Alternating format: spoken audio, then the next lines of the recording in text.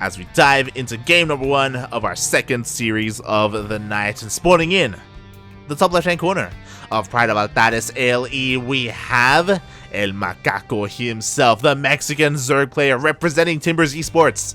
It is JimRising.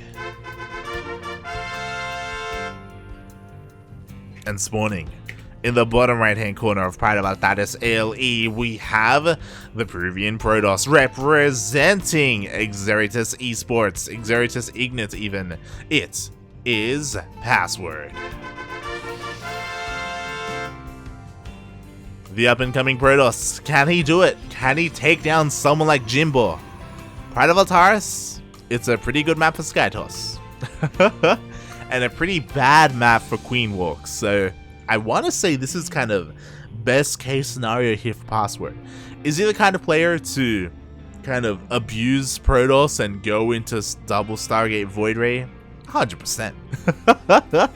Of course.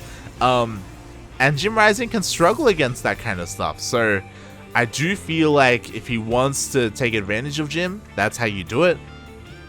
If you go for a ground toss style, I feel like Jim is a lot more comfortable against that, you know, not just going for glaive openings, but into like a robo-based composition afterwards, right? Immortals, Disruptors, Colossus. Jim is so much more comfortable facing that sort of thing, you know, so he can focus on his roaches or eventually hydras or lurkers, all that kind of stuff. It is a little bit easier for the Zerg player. It's not impossible for the Protoss, but it is a little bit more difficult at times. So we'll see what kind of route PassWord decides to go for here. The reason why I was saying that Skytoss would be good on Pride of Altaris is because it is a quite large map. It's a very long map as well. If we go into the late game, the goal base will come into play and it will benefit the Zerg player a lot. So there is that going for Zerg, but outside of that, like getting up to 4 bases is pretty straightforward for Protoss, and you can kind of turtle up and get into Skytoss relatively quickly. You know, your carriers, eventually Tempest even, if need be. And this is the first step to all of that, which is a Stargate opening coming out from PassWord. So this is kind of what we expected. I was also hoping for maybe like a wrench, right? Like maybe PassWord like does something unexpected and something crazy, like a DT opener or something. But no, this is all par for the course. Meanwhile, Jimbo, he is going for his 3rd base on time. You know, that 3rd base is up and running. His natural wasn't denied, so he wasn't forced to take the unnatural natural or anything like that. Just droning up and making queens. This is kind of just what the early game of ZvP has become. And I'm just keeping an eye on any kind of divergence here. Are we going to see a fast Evo chamber? Are we going to see a fast lair? That's kind of the things that pop out for Zerg, or something like a goal base. At the moment, everything's pretty standard, and that's a good thing, right? It goes to show that JimRising, even though he has taken a break, he still knows how to play this game. Of course he does, man. It's Jim. He goes in for a scout, confirms the Stargate, confirms the Void Ray, and right now I'm sure in the on his stream he's like, this pinche Protoss, man. Going for Void Rays. Ugh. Nothing changes in StarCraft. This is why I'm playing Halo right now. This made me stop. So don't blame him. Meanwhile, there we go. Evo chamber gets thrown down, and we're looking for a couple of things here. We could be seeing +1 melee. If we see +1 melee, then it's going to be a more Queen Corruptor heavy composition, and we're going to see Lings and Banelings harass and try and break in. We could even see like a Queen Ling push. So +1 melee does kind of open things up for a more active style. +1 range could lead more along the lines of, and it is going to be +1 range, could lead along the lines of Hydras. They obviously benefit Queens, but they can also benefit Hydra pushes. There are +1 Hydra all-ins that Zerg players have been playing around with, and they can work. You just have to hit a very crisp timing with it. Like you got to be on point with your Hydras. Meanwhile, PassWord does go for a revelation, but he does not see the Evo chamber, so he's a little bit in the dark. And He's going Skytoss. We have +1 air attack. We have a second Stargate. We have a Forge as well for cannons. So we know exactly what PassWord is doing. It's just Turtle, Protoss, Skytoss. It's what we know. And JimRising's build right now is looking to try and like hit that upgrade timing and try and break him.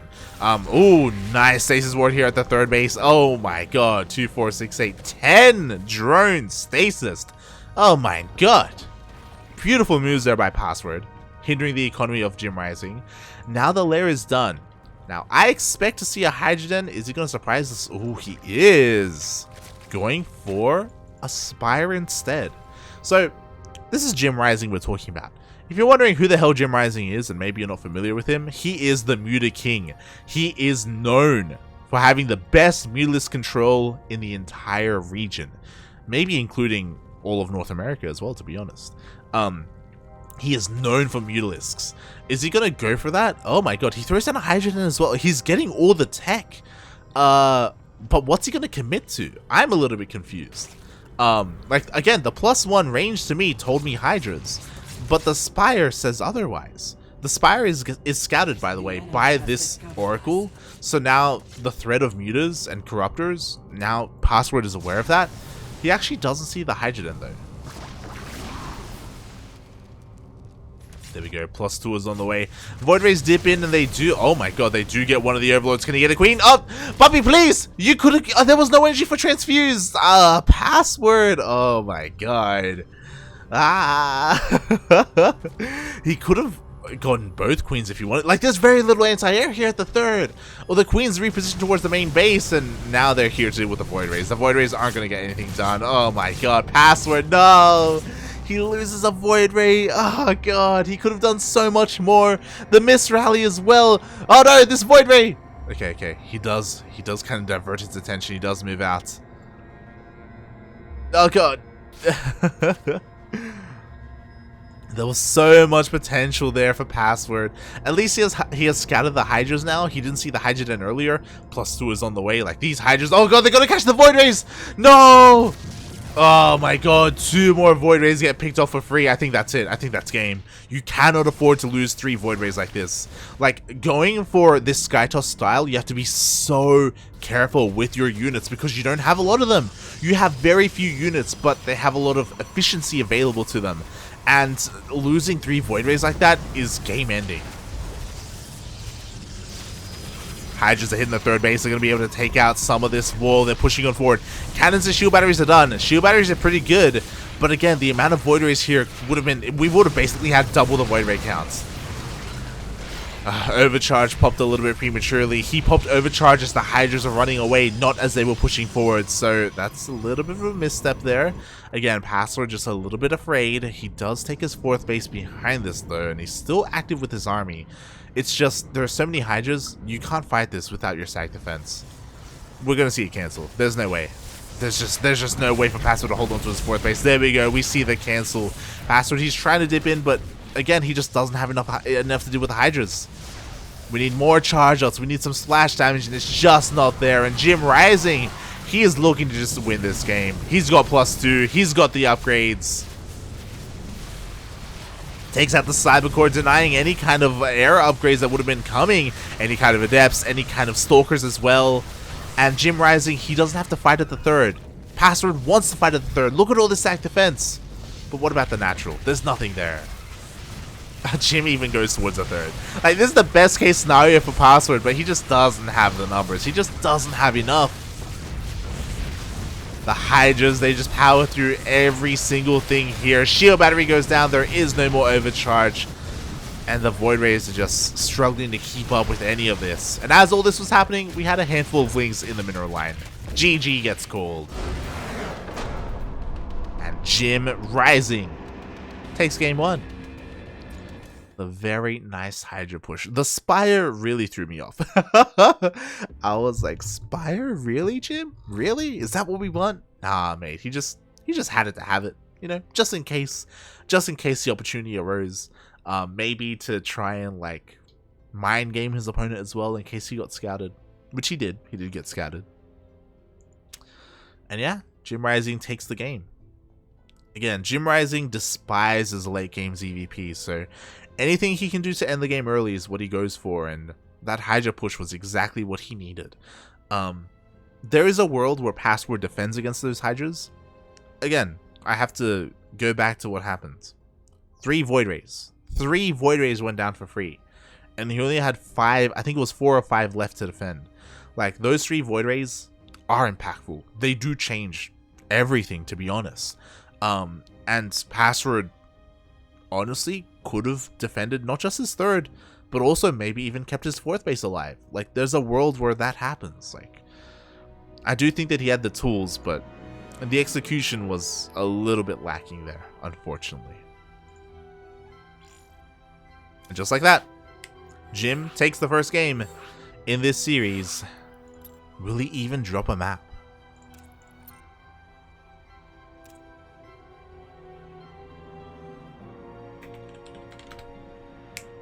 Let's find out. As lobby has been made, we're going to be diving into another large map. It's going to be 2,000 atmospheres. One of the more standard maps. Another good map for Skytoss, but also an okay map for queen pushes. If that's what we wanted. If that's what Jim wanted, I should say. The players are getting ready.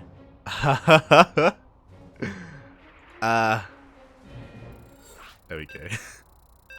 Jim's like, everyone ready? And we're like, okay, we're all ready. And Jim's like, go, go, go. It's like, Jim, you're the lobby host. Well, we're waiting on you. Okay. He does start the lobby. We're getting into our next game, and oh boy. We'll see how this goes. My heart goes out to our Protoss. Why?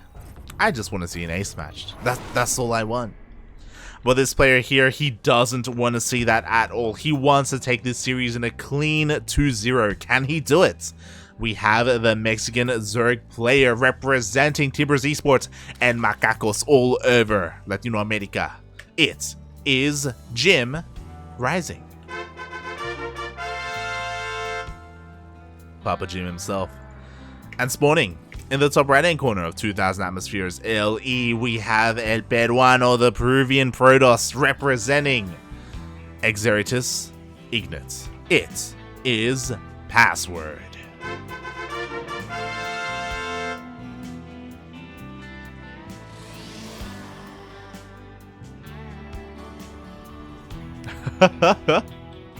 Oh god, I'm just seeing the chat. Hola chat, hola, hola. Welcome Inch to Maniac, as well as Adrian Rising. Adrian Rising, the illegitimate child of Jim. Oh my god. Bienvenidos, bienvenidos to this stream, to our Latin American tournament. One day, he'll be grown up and we'll call him James Rose. Oh god. Welcome everyone to our second series and our second game here of said series, and JimRising, he's looking pretty good. So far, he was forced to take an awkward natural base, so PassWord does have that going for him. If he wants to go for Glaive Adepts, he has the option now. But Jim, he's pretty good at defending against that kind of stuff. Like, hey, Jim's pretty good. Do you really want a Glaive Adept, Jim? We'll see. We'll see. As, again, I wouldn't be opposed to Skytoss. Sure, it didn't work game 1, but I do believe that PassWord had what he needed to win there and to clinch out a W, or maybe not a W, but maybe have the game go on longer and keep up with a player like Jim. But we'll see what he decides to do here as we are getting into game number 2. So far, just drones being produced, our queens in each base. Again, Jim has to prioritize creep spread and make sure all his bases get connected because of how separate they are. And once again, PassWord opens up with a Stargate with those Void Rays.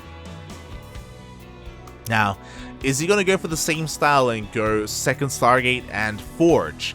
What I will say is that it's more difficult to pull that off here on 2,000 atmospheres.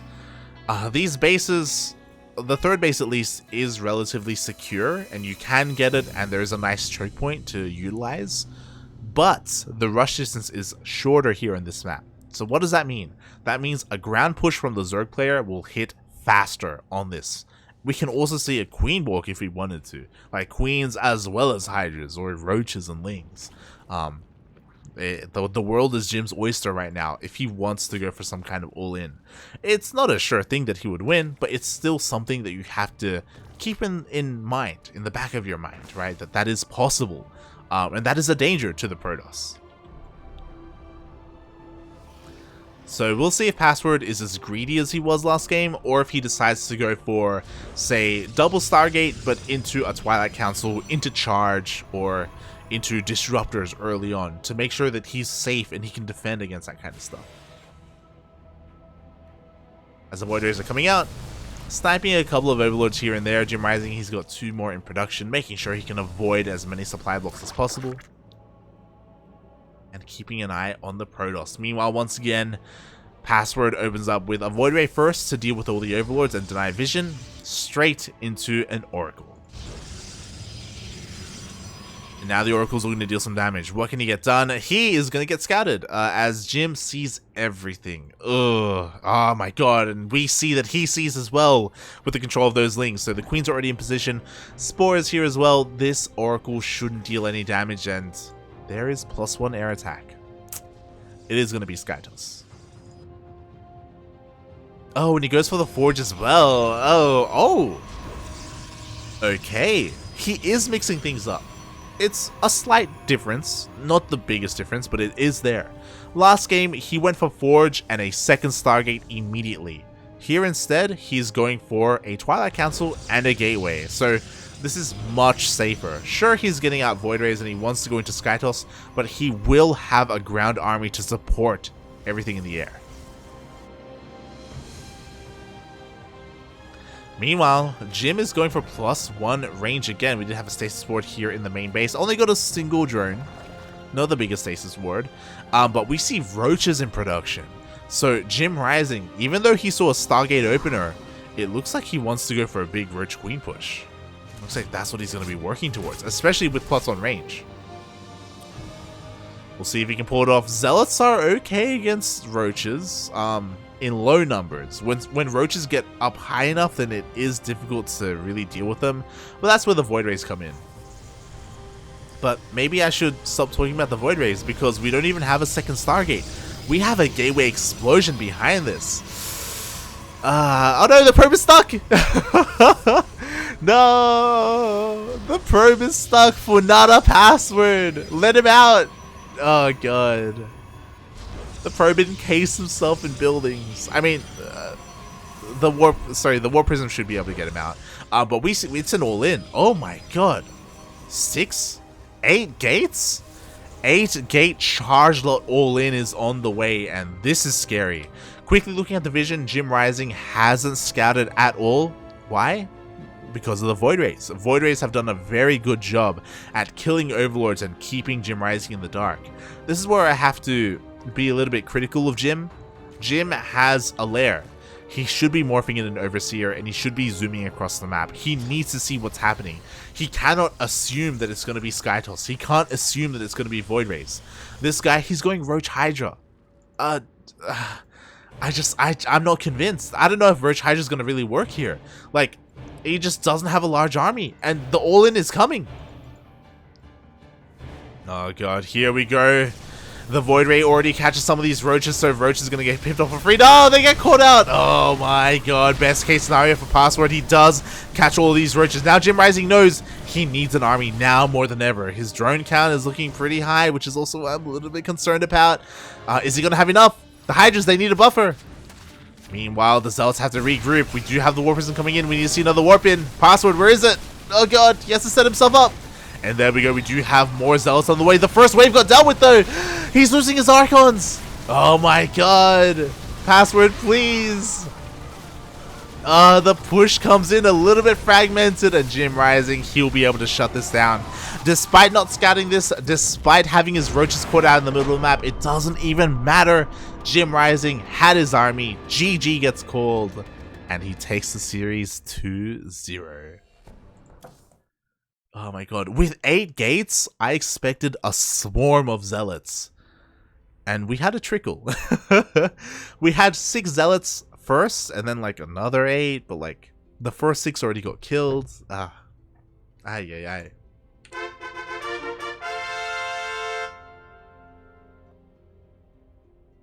Yeah, that zealot push didn't really come together the way it really needed to.